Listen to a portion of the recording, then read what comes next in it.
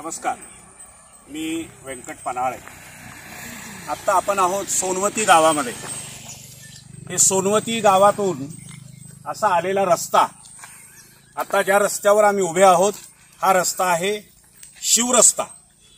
डाव्या बाजूला सोनवती आणि उजव्या बाजूला धनेगाव, असं दोन गावाच्या मधला हा शिवरस्ता आहे।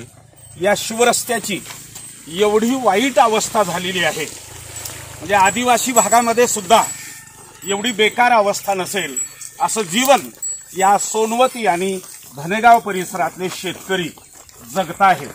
शेताकडे जायला नीट रस्ता नाही। गेले 20 वर्ष हा रस्ता होतो आहे, या प्रतीक्षेमध्येच सोनवती आणि धनेगावचे शेतकरी आहेत।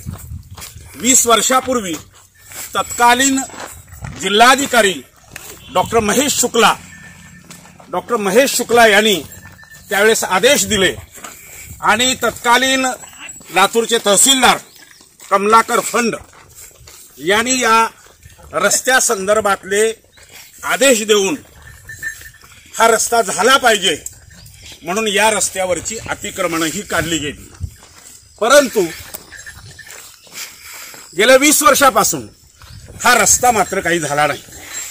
आपण या बाजूला पाहतो, हा जो सगळा रस्ता आहे, या रस्त्यावरून शेतकऱ्याला जाता येत नाही। सोयाबीन काढून शेतामध्ये ठेवलेली आहेत, परंतु रास करता येत नाही। अगोदरच पावसामुळे शेतकऱ्यांची संसाराची वाताहात झालेली आहे। शेतात पिकलं ते पावसानं नेलं, अतिवृष्टीनं नेलं अशी अवस्था, आणि त्यात जे काही थोडंफार शिल्लक राहिलं ते काढून ठेवलं, त्याची रासही करता येत नाही। एवढी भयानक अवस्था सोनवती आणि धनेगावच्या या रस्त्यावरून ज्यांच्या शेतीला जावं लागतं त्यांची निर्माण झालेली आहे।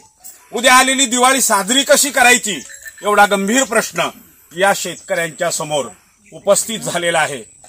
महाराष्ट्र सरकार, या लातूर जिल्ह्याचे पालकमंत्री, या लातूर जिल्ह्याचे जिल्हाधिकारी गेली 20 वर्षापासून रेंगाळत पडलेला हा प्रश्न निकाली काढतील का, या अपेक्षेसह लोकाधिकार न्यूज, व्यंकट पनाळे।